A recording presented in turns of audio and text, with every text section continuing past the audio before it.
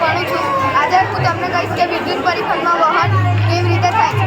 તો ધાતુમાંથી વિદ્યુત પ્રવાહનો કેવી રીતે પસાર થાય છે એનું મોડેલ તમારી સામે છે. આ છે ધાતુની પિન. આમાંથી વિદ્યુત વહે છે અને આ લાઈન શરૂ થાય છે. તો તમે જોઈ શકો છો કે વિદ્યુત પરિપથનું વહન આવી રીતે થાય છે. ધાતુમાંથી વિદ્યુત પ્રવાહ પસાર થાય છે ત્યારે નવો પ્રકાશ ઉત્પન્ન થાય છે. તેને વિદ્યુત પરિપથ કહેવામાં આવે છે. પસાર થાય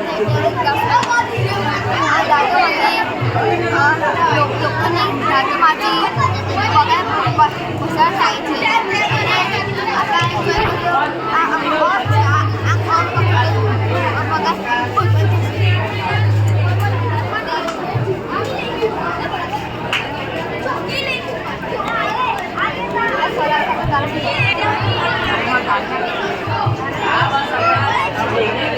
આ